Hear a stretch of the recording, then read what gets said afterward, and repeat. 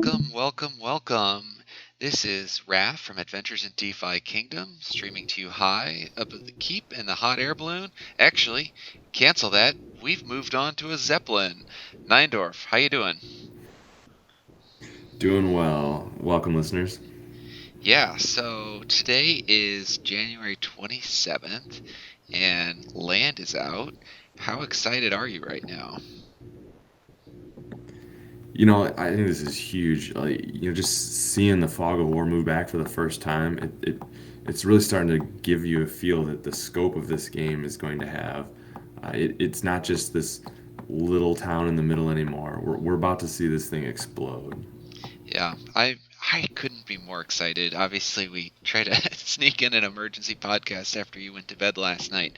Um, yeah, so Yeah. I'm Uh, I'm really excited about this, and we got a ton to talk about. So first, let's go through some of our basic introductions here. We are going to be doing a giveaway, and this is the opportunity to summon at cost with our Gen Zeros. And so right now we have two Gen Zeros, and so there are going to be two winners for this contest. And each of the first winner will get the first Gen Zero that we purchased, and his number is 1048. And the second winner is going to get 2509, and you're going to have the option and the choice of hiring out another Gen Zero, and we're going to go ahead and give you the offspring at cost. And so that means you only pay for the higher fees and the summoning costs. And so trying to give our listeners the option to get a cost effective Gen 1 summon ultimately, and hopefully that can help support you guys for helping us achieve this incredible milestone. And so that's 200 subscribers that we have across all of our platforms. So I don't know about you, Neindorf, but I am thrilled that we got here. I can't believe it. Thank you, a big thank you to the community out there. yeah, it's amazing. It is a little ominous that we hit our milestone on episode 13. I'm just gonna throw that out there, but it's still pretty cool. Yeah, well, I think we might have hit this one on 12, and we're just kind of releasing and figuring it out. So I'm hoping to do a live There you stream. go. Yeah, there's no 13th floor here. Um, I'm hoping to do a live stream, and we'll see if my computer can handle it. And that way we could build up some hype for it as well. So we'll go ahead and put the link to the King Sumo contest here. We're gonna put it in the YouTube description, and then also this link is going to live inside our Discord channel. And so please go check us out on Discord. We got a great community that's starting right now. If you love the Always Sunny memes, you're gonna come for the podcast and stay for the memes. So please go ahead and check that out. We got some really good discussions going on, and we think that you guys are gonna really like it. All right, Neindorf, what's our question of the day? I mean, there's really only one, right? What's your favorite part of the map?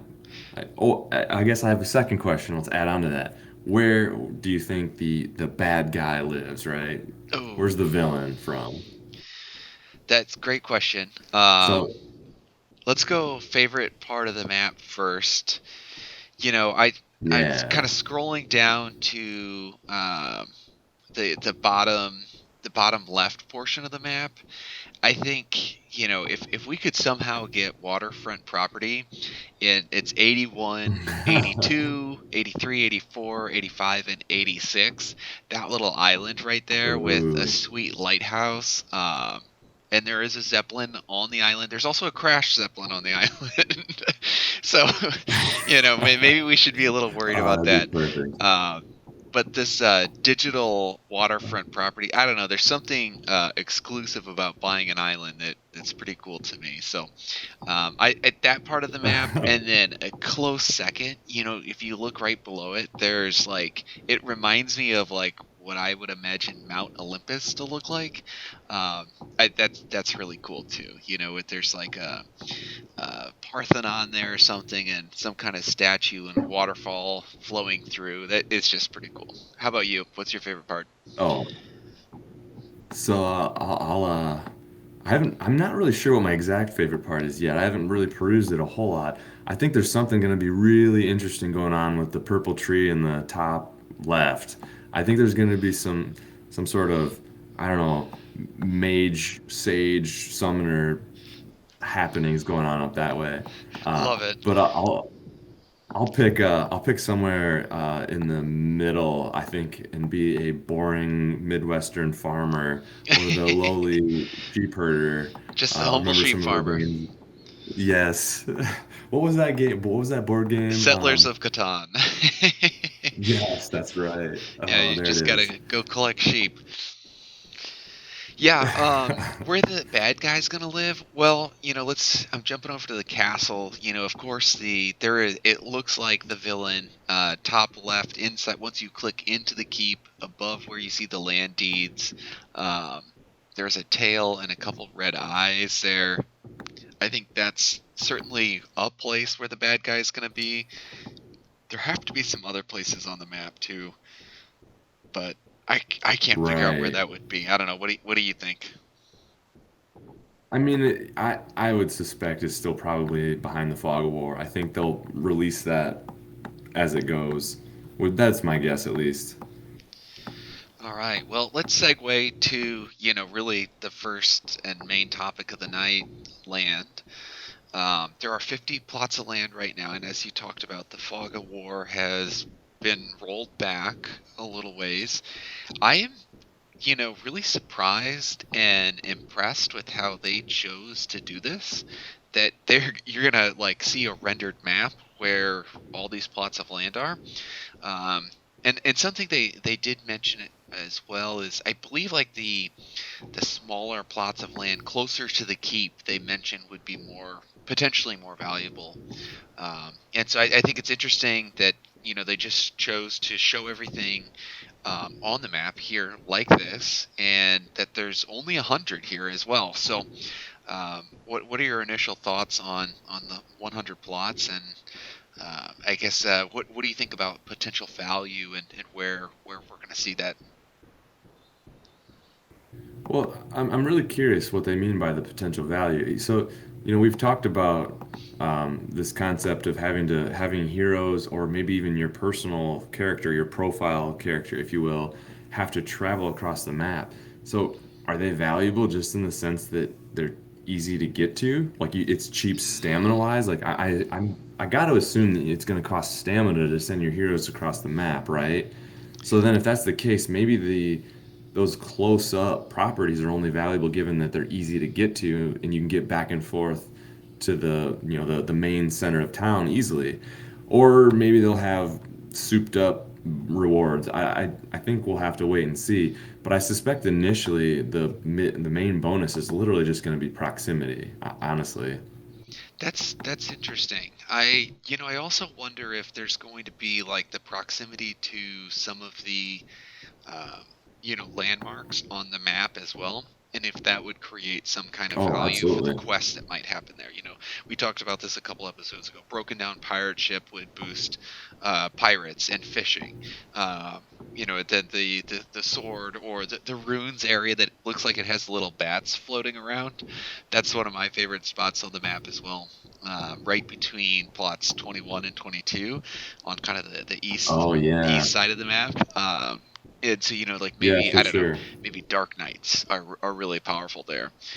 So I'm hoping also, and of course you've probably seen parts of the map where there's farms or markets or even mines, and so maybe it's more valuable to mine gold and jewel, at one of those plots of land. And so I think there could also be the proximity to special locations, and actually the visuals, and maybe tie to some kind of thematic element. But I think you're spot on with the stamina piece, and I think that's going to add an element. And one thing that Sandwich talked about last night, we got into this briefly, is that would really start to incentivize people to use the what's it called, the scholarship system for allowing people to use your heroes to send them on quests, because it's going to become increasingly more complex if you're also having to navigate spending your time figuring out where your heroes are, and if you have to click on different parts of the map to gain access to your heroes. I think that's going to be like a unique way that it's going to kind of incentivize people to do the scholarship program, and then maybe reward those who have really high hero wallets out there. Give them an opportunity to earn on those heroes that they just don't get to as often. Yeah, that's right. And I just my mind is kind of racing here. Like, how's this going to be? Is it going to take a full bar of 25 stamina to get to, from one plot to the next, or is it going to, that's what I mean, this Right? is, if you zoom out, like, if you think of a person or a hero walking this, that's a good bit of distance that they've already released back. And this is only 100 plots. Yeah. They're talking about 1,000 plots, right? So 10x's. I Yeah. just imagine there's going to be a lot of stamina burn, and stamina is money right now. So I just cannot wait to see where this goes. Absolutely. Yeah, I think we're going to get into that a little bit later in the episode, and how buying stamina Yes. potions, or the rare candies as I've called them. But first, when Yeah. some more reckless speculation, as that's why we've crashed so many zeppelins here on the map. Um, Yeah.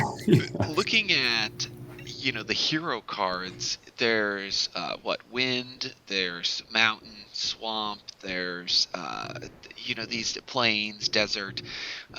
There's these different kind of region types, and we know Crystal Vale is going to be a little more snow themed and mountain themed.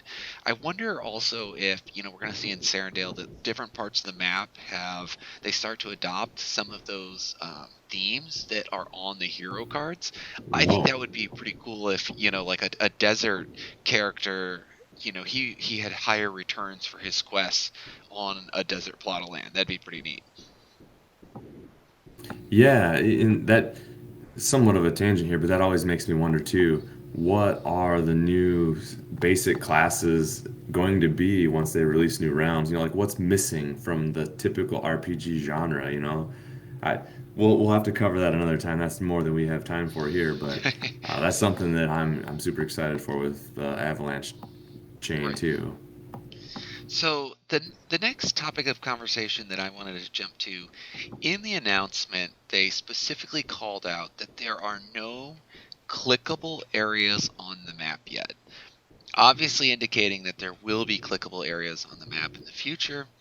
Whether, and we're thinking you're going to be able to start to interact with the map, and that's a questing location. So one thing that I want to remind you of is, remember the release of the wishing well and how Frisky managed that situation, Yeah. where I how it was somewhat of a if you can find it kind of deal. exactly. And so I don't know. I'm going to recommend to our listeners, click everywhere. I think there's going to be Yeah. some hidden gems in the map and some secret clickable areas. And one thing that I would say is, like, the wishing well, it did not show up on mobile right away. And so it seems like they've built this game with the desktop version in mind. And so just think about that for our listeners out there. If you're trying to click on hidden locations, you might get a lot more precision with your mouse, and it may not even be accessible on mobile right away inadvertently by the dev team. So I think that there's going to be, a secret drop at some point where a quest shows up and it's clickable before the general public is it's announced to them. Yeah, we'll keep our listeners here informed on Discord and in other podcasts if we see anything. Got a pretty good vantage point, I'd say. Yeah. Yeah, high above the keep. All right. That's right. All right, so chain quests, that I talked about this a bit with Sandwich last night, and I'm really excited about chain quests. I think that they're going to tie it to how to unlock land. where I think that getting the deed is going, not only is there going to be a percentage chance of actually earning the right to get a deed, which would allow you to buy or sell that plot of land. um, yeah, I think that it's going to be, a few quests or a few steps removed, and so you actually are going to have to really work for it. What are your thoughts on chain quests being released, and do you think that's going to be integrated into kind of trying to go capture lands? Oh, I think most definitely. And I think what I'm waiting to find out personally is, I think we got pretty lucky. We got in pretty early. We each have a fairly good, army of heroes here. But I'm curious if they're going to balance this ability to capture the right to purchase land, I believe is how they'd phrased it, in a way that an entry level player with just one hero, say, is able to, maybe it is all RNG. Can he just get that right random roll and win that chance to buy land? And the other thing that we need to remember too, and I think this is going to be huge too, is if you say it is a chain quest and you actually get through those phases and you win that right to buy the land. I know they'd said that they also wanted, for people who don't have a lot of jewel available, they wanted to make sure that you own that right then, and you can sell that right to buy the land. So Right, is right. it? I think they're gonna make it. A lot of it has to be random based if they really want to, but they got to balance that with, we want you to play in order to earn. So on one hand, you want to help new people be able to get deep into the game, but on the other hand, you want to reward people who are playing. So I think there's that warring idea here, and I trust the devs to do a good job of it, but I'm really curious to see what mechanisms they put in place in order to have that happen. Yeah, yeah.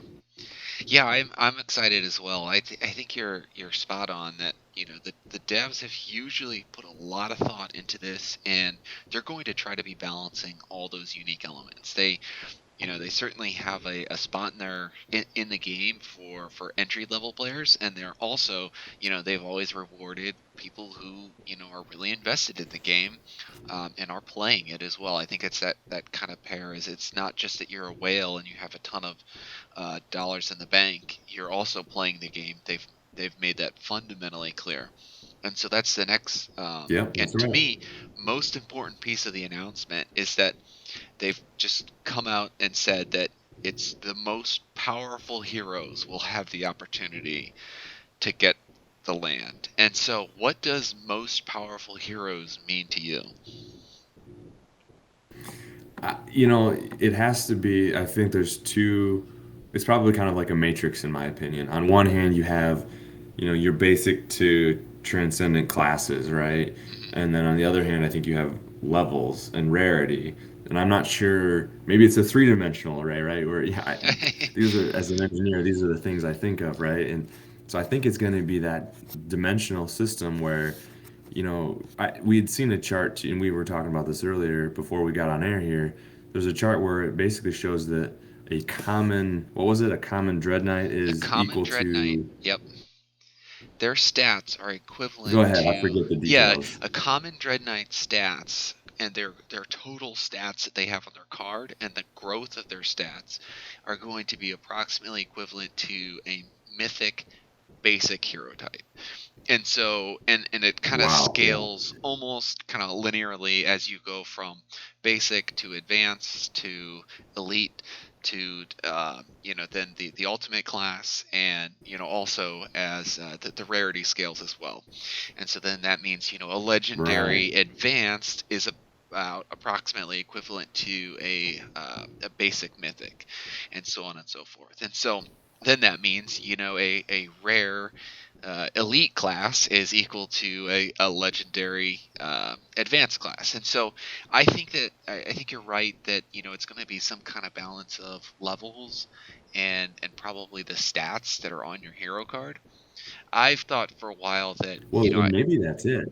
go ahead. Yeah. Maybe it only comes down to stat points, honestly, because you'll achieve those either with higher rarity or with more levels. And so then you could kind of say, maybe you got a lucky roll and you got an awesome um, common Dread Knight, right? You are that, you have that awesome card, and it's got the really good starting stats, and maybe you only need to be level 2 in order to have enough stats.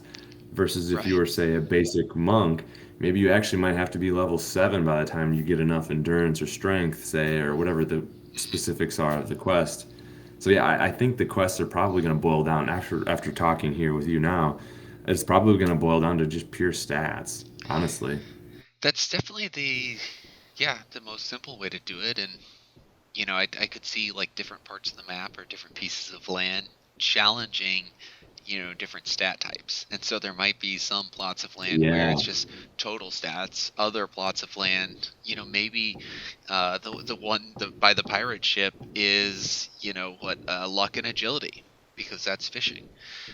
right. Maybe the forest is foraging, and so I think that's something to think about as you're kind of clicking about the map frantically. Is maybe there's even some kind of pairing to the hero that you have, and try to think about optimizing that. That's true. We can't forget about professions in all this too. They've mentioned, I feel like at some point, that professions are going to play an additional possible role here and there. Hmm. Right, right. All right, so with that, let's go to leveling up. And I believe I saw on Twitter today that a couple heroes are already at a level 10, which I, take this with a grain of salt. I have not gone and dug into the data. I believe it that there are insane people out there that are just sending their heroes out to quest every waking moment of the day. Um, but we're now looking at trying to level up our guys. What are your thoughts on leveling up right now? Well, I'm going to give you a little insight that I've kind of perused from the development, or the dev Discord channel here. So, from what I understand, there has been for several weeks now an exploit. If you write your own code and you go outside of the GUI of the game, where there was some sort of stamina exploit where you could send heroes out to quest again if they had no stamina. And so the development team, I heard Frisky, I think he even came in, and Bolon came into the chat, and they're even commenting on it. They know who the people are who have used that because you can see it on chain. So I think some of the people who have gotten to these crazy levels have done it effectively through cheating. And I think you're going to see these people be disqualified from some of these drops that we're talking about. So I think we need to, I personally will keep a close eye on this, and I'll tell you guys in our podcast what I'll find out. But basically, what I'm hearing now is that they're trying to get that loophole closed, and I don't know if they did in this last drop or not. I feel like I saw a note maybe about it, but that was something that people who have the ability to go interact with the contracts directly had been taking advantage of. So that's something else too. Now all the rest of us who are out there just you know queuing up our heroes like we're supposed to be, I think we're in a pretty decent spot with ours. We're at that 5 mark. I think that's slightly above average, but yeah, I think if you want to be in that top tier, you need to be at 6, maybe 6.5 right now. Yeah, I think they could not be more subtly and overtly telling us in all of their different ways, go level up your heroes. Whether That's right. it's the Crystal Veil drop that's going to happen for, I think they're giving out 5 shiny Crystal Veil Gen Zeros for the highest level heroes, or the highest level wallet holders of those heroes. Um, and telling us that land is getting released to the most powerful heroes. And Frisky having said in AMAs in the past, like, you got to play the game, you got to level heroes. And now I think that there's also going to be some secret airdrops for levels of heroes as well. So I mean, in so many ways they're shouting to us, level up your heroes, go play the game. And so that's what we're trying to do right now. How many level 5s do you have? I think I'm still at 2 at the moment. I've got a like one, two, three. I got about 6 or 7 at level 4 that are. Uh, I'm afraid they're all gonna hit at the same time, and then I'm gonna be absolutely rune strapped here. But you know how that goes. They Yeah. come in waves, it seems like. Yeah, I only have one. I got my rare sage up to level 5 today. He's a fisher, so obviously, Oh, that's power awesome. leveling, with stamina potions. Let's just kind of take our listeners kind of through that. It works best when you have a fishing or a foraging profession, um, because you can gain that boost, that alignment. With one stamina potion, you get 25 stamina, and you can send your hero out for you know 5 quest ticks on either fishing or foraging, and those obviously take a lot less time than being in the gardens or being in the mines. Yeah, that's a good point. I until today I'd never even really considered that. I guess I just crafted my first potion today. I haven't even used it yet. Um, but it makes perfect sense. Yeah, if it takes what 4+ hours to burn down a gardener or a miner, Hmm. you're either setting an alarm for the middle of the night, to wake up and do another round, or you're not power leveling. So I think you're right. That's a good point. It'll be the foragers and fishers that are going to be power leveling. Well, and plus those quests were released a lot earlier, Right. so some of these earlier heroes with those off professions are behind in terms of experience already for sure. Yeah, yeah, definitely. Yeah, and my mythic is a gardener. Um, and so I'm still trying to save a few stamina potions for him, and but it's not quite as fast. I mean, you're obviously saving on the regen time, but you still have the time to go out and perform the quest. Yep, absolutely. All right. So anything else on leveling up that we wanted to get through? Oh yeah, you wanted to talk a little bit about is it worth it to level non-Gen Zero? What rarities are worth it to level up? Do you want to go into that, or do you feel like we covered that when we I talked mean, we about? could go a little bit more here. I think I was kind of asking myself that question because I'm sitting at, I don't know, 19 heroes I think at the moment, and like I said, I haven't leveled anybody up for a day or two here now because of how they stack. But once they start hitting, am I gonna hit an uncommon, say, basic class? Am I gonna even level him up past, say, level 3 or 4 or 5 when it comes to that? Because the costs are starting to grow, Hmm. and we don't really know what the second tier of runes are gonna cost yet. But you gotta imagine it'll be, maybe not quite an order of magnitude more, but I bet it's not too far off either. So it's kind of one of those games where I think the rarity comboed with the advancement of the class is going to be a big decision, Hmm. for all the hero owners out there on where do you draw that line on who can I afford to keep leveling up.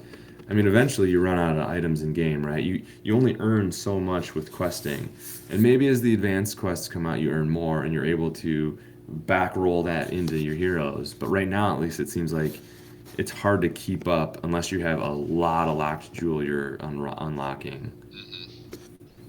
Yeah, and we've been talking about jackpots as well, and I don't know. I swear they've I slowed think they down. disappeared.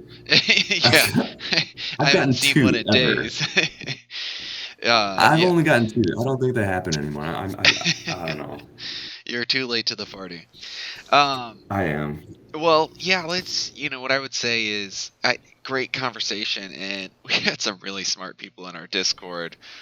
Come join us in our Discord channel. We're going to drop it in both the podcast notes on Anchor and on YouTube. So let's talk about that. I'm really curious to get our community's feedback on leveling heroes, and how it scales with the game, and if it's going to be worthwhile to level up your all of them, and how costly would that be, or are you only leveling up heroes that you want to keep and or flip? There's just so many pieces that play into this equation. Yeah, no doubt. All right, so next let's talk a little bit about, I mean, it's still kind of on the theme of leveling in Gen Zeros. And so, we're leveling up Gen Zeros, and then also we wanted to talk through for our listeners to check out. We have for paid subscribers right now, we have the alert system, and for everyone, we're also offering kind of it's well go ahead and describe what you've developed again, maybe for those who haven't heard of it, or want to get into this for the first time. Yeah, so there's also those abilities to look at your heroes and look at some of the genetic data, the recessive and dominant traits, and some of these skills that have no usage yet in the game and don't even show up on the hero card. So, you and I have kind of worked offline a little bit, and we just by a chance realized, that the two Gen Zeros we'd purchased before we knew any of this, have the capability of mutating their active 2 skill into an advanced 1. Again, a lot of numbers, right? But so basically that's really cool because now we can produce 10 out of 10 Gen 1s that have a chance for having an advanced skill. And And so in an advanced that's really class. exactly. And if that happens to both strike at the same time, I mean, that just adds additional value to heroes that get summoned.